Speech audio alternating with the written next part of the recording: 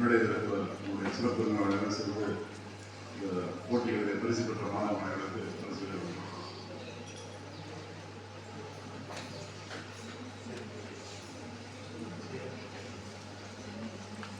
யாரும் பேச்சு முடிச்சிட்டாங்களோ அப்போ நீங்கள்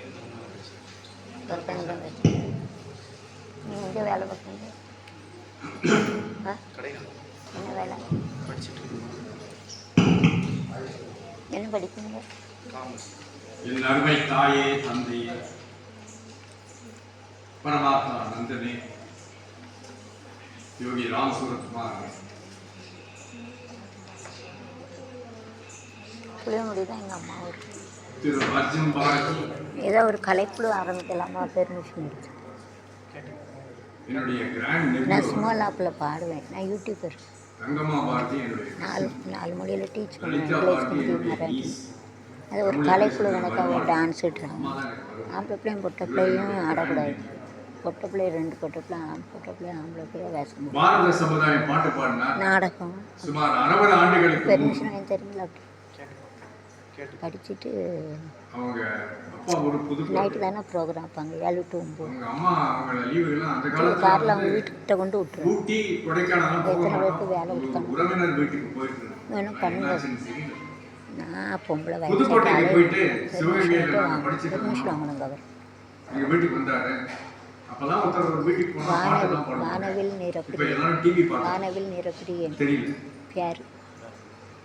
அவரும் அவருடைய தம்பி ராஜ்குமார் பாரதியும் சேர்ந்து பாடிய பாட்டு பாரத சமுதாயம் வாழ்கவே. குறிப்பு பேர் வானவில் நிறப்பிடின்னு வைக்கணும். தலை அவருக்கே நினைவு இருக்கான்னு தெரியாது, எனக்கு நினைவு இருக்கு. கேளுங்க. அப்படி திரு அருணாச்சலம் 200 பாட்டு பாடுவேன். கல்யாணி சிவகாமநாதன் ஸ்மால்னு ஒரு ஆப்பு. சேவாலியா நிறுவனர் என் அன்புக்குரிய டாக்டர்ஸெல்லாம் தேவையில்லை. முரளி ஹீரோயின் தேவையில்லை. திருமதி புவனா முரளி நான் லேடிஸ் பிள்ளை. நண்பர் அதையும் மீனாட்சி அரங்கேற்றம் பண்ணலாங்களா? ஆர்கெஸ்ட்ரானா 1 லட்சம் ஆகும். 30,000 வாசகர் மற்றும் சேத்துராமன் தூக்கத்தை நேற்று கெடுத்து வரலாம். கண்டிப்பா சொல்லியாரு. வந்திருக்கும் பாரதி அன்பர்களே, இந்த பாரத நாட்டின் எதிர்கால கண்களே, மாணவ செல்வங்களே, அமைதியாக பேசாதீர்கள்.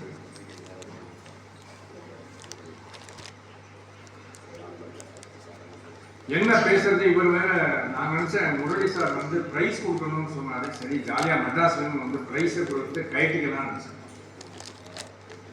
இவர் சும்மா அருகே இந்த வாசகர் வட்டம் அவர் சேர்த்து வந்து பார்த்துட்டு, சார் போன வாட்டி பேசுன மாதிரி பேசணும், ஒரே டாபிக் எது நீங்க ஒரே ஆளுங்க வரீங்க, திருப்பி அதே அரைச்சமாவே அரைச்சு அப்புறம் மாட்டிக்கூடாது. ராத்திரி ஃபுல்லா என்ன டாபிக்கை பேசுறது, ஒன்றும் அன்பிரிப்பேர்டாக வரணும். இவர் மாட்டி விட்டார். இவரை நம்ம மாட்டி விடணும். என்னன்னா, இவர் சொல்றாரு, எனக்கு ஒரே அன்புக்குரிய ஒரு முரணின்னு சொல்லிருக்காரு. அவர் வீட்டுக்கு போனா நீ சாப்பாடு கிடையாது, ஒய்ஃப் இருக்காங்கன்னு கேள்விப்பட்டவங்க சாப்பாடு கிடையாது. அப்புறம் முரளி இன்னொரு கருத்து சொன்னார், எனக்கு பிடிச்சதை செய்யறதை விட உங்களுக்கு பிடிச்சதை செய்யணும். எனக்கு ஒரே ஒரு நேரம், நிறைய சீனியர்ஸ் எல்லாம் 60க்கு மேல இருக்குங்க. இந்த காலத்துல இந்த டைரக்டர் சீனியர் ஒரு படம் எடுத்தார், காதலிக்க நேரம். நம்ம எல்லாரும் பார்த்தோம், நல்ல படம். அவர் அதுக்கப்புறமா ஒரு படம் எடுத்தார், அது 2 நாள் ஓடிச்சு. அவரை வந்து ஒரு பத்திரிகையாளர் போய் கேட்டாங்க, ஏன் ஐயா உங்களோட படம்லாம் இப்படி ஓடுங்க? 2 நாள் தான் ஓடிச்சு. இல்லைப்பா, நான் ஒரே ஒரு சின்ன மிஸ்டேக் பண்ணிட்டேன், எனக்கு பிடிச்ச படத்தை எடுத்தேன், மக்களுக்கு பிடிச்ச படத்தை எடுக்கல அப்படின்னு. அது எனக்கு ரொம்ப நினைவா இருக்கும்.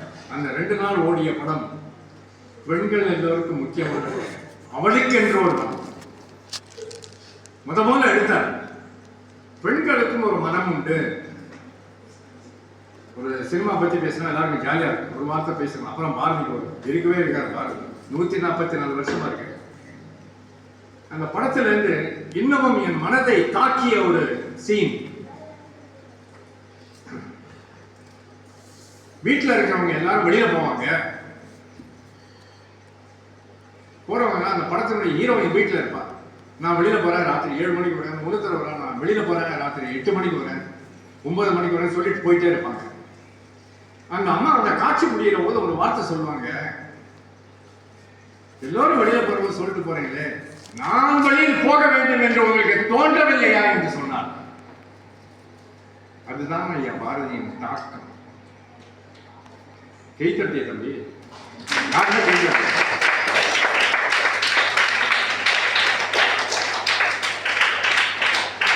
பெண்களுடைய மனநிலையை புரிந்து கொள்ளதான் போதும். பெண்களின் மனநிலையை புரிந்து கொள்ளத்தான் புரிஞ்சு தட்டுதாங்களா புரியாம தட்டுதாங்களா பாரதியின் பாடம், பாரதியின் தாக்கம். இதுல நிறைய சின்ன பசங்க இருக்காங்க, என்ன பேசுறது பேசலன்னு தெரியல. என் ஒய்ஃபை சொல்லி அனுப்பிச்சிருக்கேன், நீங்க வாட்டுக்கு எல்லாம் ஃப்ளோல பேசி உளறா நீங்க. அப்புறம் இந்த மூளை, இந்த முரளியும் புவனாவும் ரொம்ப உணர்ச்சி வசப்படுத்துவாங்க. உணர்ச்சி வசப்படுறதுனா 2-3 கண்டிஷன்லாம் போட்டு அமைச்சு வச்சிருக்காங்க.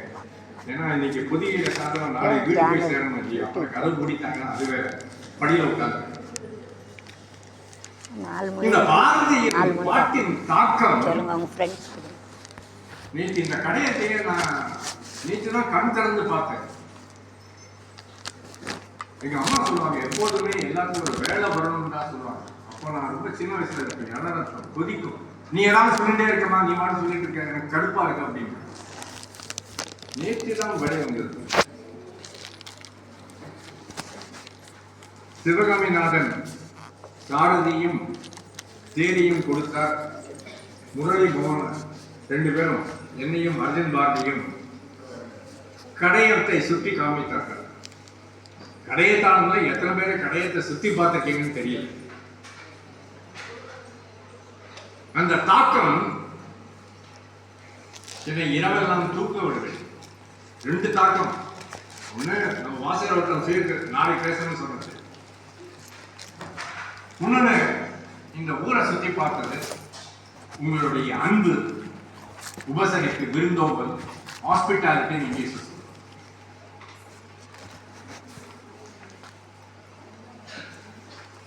இந்த பாரதியாரனுடைய பாட்டுல எந்த பாட்டை பத்தி பேசுறது, எந்த பாட்டை பத்தி பேச முடியாதுங்கிறது ஒரு பெரிய சிக்கல்.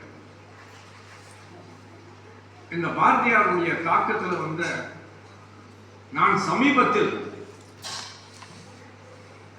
திரு முரளி அவர்களுக்கு தான் நன்றி சொல்ல வேண்டும். மாதம் ஒரு பாரதின்னு சென்னையில் ஒரு நிகழ்ச்சி நடக்கிறது. அவருடைய இனிய நண்பர்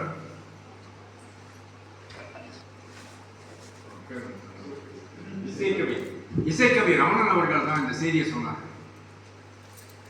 ஆக்சுவலா உண்மையில் அந்த நடந்த இடம் என்னுடைய வீட்டிலிருந்து 1 கிலோமீட்டர் தொலைவில் தான் இருக்கு. எனக்கு அந்த விவரமே தெரியாது. நிறைய பேருக்கு அந்த விவரம் தெரியுது. அதை உங்களிடம் பகிர்ந்து கொள்ளலாம் என்று இருக்கிறேன்.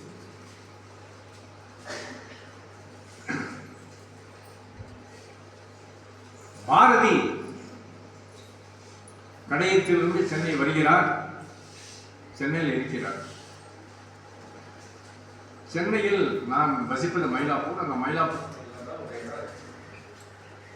அந்த இடம் இருக்கிறது மியூசிக் அகாடமி பக்கத்துல, ஒரு இசையெல்லாம் கட்சியெல்லாம் நடக்கும். பக்கத்துல இருக்கிறது பால சுப்பிரமணிய பக்தி ஜனசபா அப்படிங்கிறது அது ஒரு பேர்.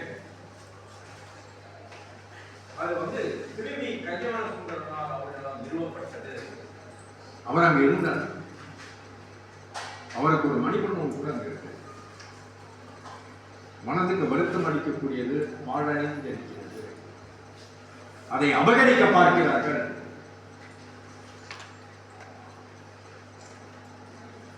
அதுல ஒரு விழாவை நடத்தக்கூடாதுன்னு சொல்லியிருக்காங்க. நம்மாலே தமிழை போற்றுவோம், தமிழை போற்றுவோம். பாரதியார் அங்கு திருவிக்க தமிழை வளர்த்த திருவி கல்யாண சுந்தரனார் அவர்கள் இருந்தார்களாம். பாரதியார் அந்த வழியாக ஒரு பஜனை கூட்டத்துடன் பஜனை செய்து கொண்டு வந்தார். அவருடைய உதவியால் திருவிக்கவனம் போய் சொன்னாராம், ஐயா, மகாகவி பாரதியார் அந்த பஜனை செய்து கொண்டு வந்திருக்கிறார், அவரை நாம் உள்ளே அழைக்கலாமா என்று. திருவிக்கா அவர்கள் அந்த மண்டபத்திலிருந்து, அவர் இருந்த இடத்திலிருந்து வெளியே வந்து பாரதியாரை அன்புடன் அழைத்து, ஐயா உள்ளே வாருங்கள், எங்களுக்காக ஒரு பாட்டு பாட வேண்டும் என்று கேட்டுக்கொண்டாராம். அன்று நீங்கள் இன்று சென்றால் கூட அங்க ஒரு முருகன் சன்னதி இருக்கிறது. முருகன் மூலவர் இருக்கிறார். ஒரு இந்த தஞ்சாவூர் பெயிண்டிங் சொல்லக்கூடிய ஒரு அற்புதமான ஒரு தஞ்சாவூர் பெயிண்டிங் ஒன்று இருக்கு, ஓவியம் ஒன்று இருக்கு. அப்புறமா முருகர் ஓம் என்ற படத்தில் எழுதப்பட்டது ஒன்று இருக்கு, இன்னைக்கு பார்க்கலாம். அவர் வந்து அந்த பாடிய பாடல் தான் முருகா முருகா முருகா மயில் மீன் தேனிலே வருவாய். அத அர்ஜுன் பாரதியோட அம்மா லலிதா பாரதி எல்லாம் பாடுற போது பார்த்தீங்கன்னாக்க மயில் மேல முருகன் வந்து லேண்ட் ஆகிற மாதிரியே இருக்கு. அவ்வளவு அழகாக பாடுகிறார். நடவடிக்கிறது 1976 என்று நினைக்கிறேன். எங்கள் வீட்டில் ஒரு ஃபங்க்ஷன் நடந்தது, ஒரு விழா நடந்தது.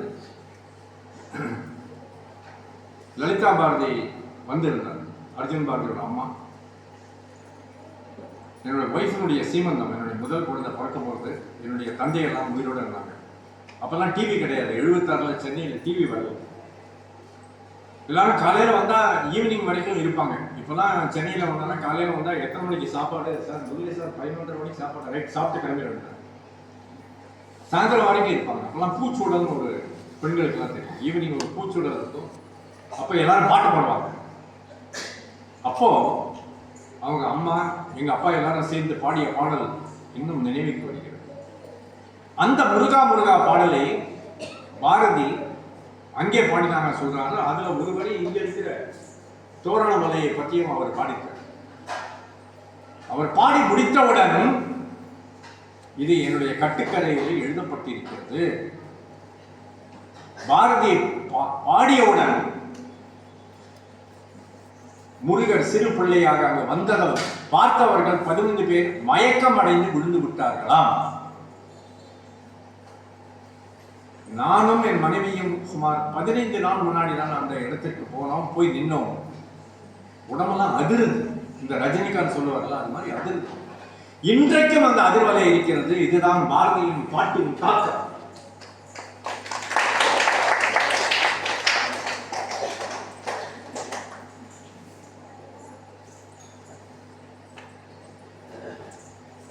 நூத்தி 144 வருடத்துக்கு முன்னாடி பிறந்தார். பாரதி பிறந்த இந்நாளே இனிய நாள். ஒரு சின்ன கதை நான் படிச்சேன் எங்கேயோ. ராமருக்கு பட்டாபிஷேகம் பண்ண எந்த நாள் நல்ல நாள் என்று விஸ்வாமித்திரரிடம் போய் கேட்டார். அவர் சொன்னாராம், ஏங்க அவங்களுக்கு இந்த மூளை இருக்க, ராமர் ஒரு அவதாரம், அவருக்கு என்னைக்கு பட்டாபிஷேகம் பண்றதோ அந்த நாளே நல்ல நாள் இனிய நாள் என்றார். அது பாரதி பிறந்த இந்த நாள் இனிய நாள். அவர் சொன்ன மாதிரி வெறும் மாலை போட்டு போட்டோ எல்லாம் எடுத்து மறுநாள் பிரஸ்ல வராதுக்கு இவ்வளவு ஒரு பெரிய விழாவை எடுத்து நடத்துறதுங்கிறது ரொம்ப சிரமமான காரியம். அதுலயும் சேவாலியா முரளியும் புவனாவும் 3 மாசம் முன்னாடியே என்னை புக் பண்ணிடுவாங்க. நான் ரிட்டையர் ஆகிட்டு சும்மா தான் இருக்கேன். அப்படி கூட நான் கிடைக்கிறதுலாம் இல்லை, சும்மா தான் இருக்கேன். சார் வந்துருங்க அப்படின்னு அன்புடன் அழைத்து இங்கே வந்த நண்பர் கல்யாணி சிவகாமிநாதன், அவருடைய துணைவி எல்லாருமே எத்தனை காஃபி குடிக்கிறதுன்னு தெரியல. நண்பர் சோமு எல்லாருமே நிறைய காஃபி குடிக்கிறேன்னு சொன்னாங்க. ஒரு வீட்லையும் போய் காஃபி குடிக்கிறது ரொம்ப டிஃபிகல்ட். அங்கே நான் இங்கே 10-15 நாள் இவ்வளவு அன்புடன் உபசரித்த கடையத்தில் உள்ள பாரதிய நண்பர்கள் அனைவருக்கும் நன்றி கூறி, இன்னும் கொஞ்சம் பேசுங்கள் என்று நினைக்கும் பொழுதே விடைபெறுவது நல்லது என்று நினைத்து என்னுடைய மனமார்ந்த நன்றியை தெரிவித்து, பாரதி எப்பொழுது மனத்தளவு ஏற்பட்டாலும் பாரதியின் பாட்டை நினைத்துக் கொள்ள என்னுடைய விருப்பமெல்லாம் அதுதான். பெண்கள் முன்னேற வேண்டும். எனக்கு 2 பெண் குழந்தைகள். நான் அவர்களுக்கு முழு சுதந்திரம் கொடுத்திருக்கிறேன். எல்லா விதத்திலும் கொடுத்திருக்கிறேன். கெட்டு போகவில்லை. பெண்கள் முன்னேற வேண்டும். அப்பொழுதுதான் இந்த பாரத தேசம், இந்த இந்தியா, இந்த தமிழ்நாடு முன்னேறும். 30% 40% ரிசர்வேஷன் வச்சு பிரயோஜனம் இல்லை. பப்ளிக்லாம் இதை வரவே இல்லை. நீங்கள் எல்லோரும் வர வேண்டும். நீங்கள் எல்லோரும் உங்களுடைய கருத்துக்களை செல்ல வேண்டும் என்று கூறி வாய்ப்பளித்த உங்கள் எல்லோருக்கும் நன்றி கூறி விடைபெறுகிறேன்.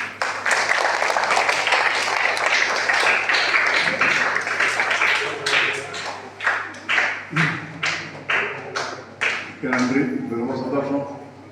இந்த மாதிரி விழாக்கள் தான் நம்ம பாரதியாருடைய நெருங்கிய உறவினர்கள் இவங்கெல்லாம் வந்து பங்கெடுத்துக்கும் போது விழா சிறப்பான விழாவாக இருக்கிறது. அடுத்ததாக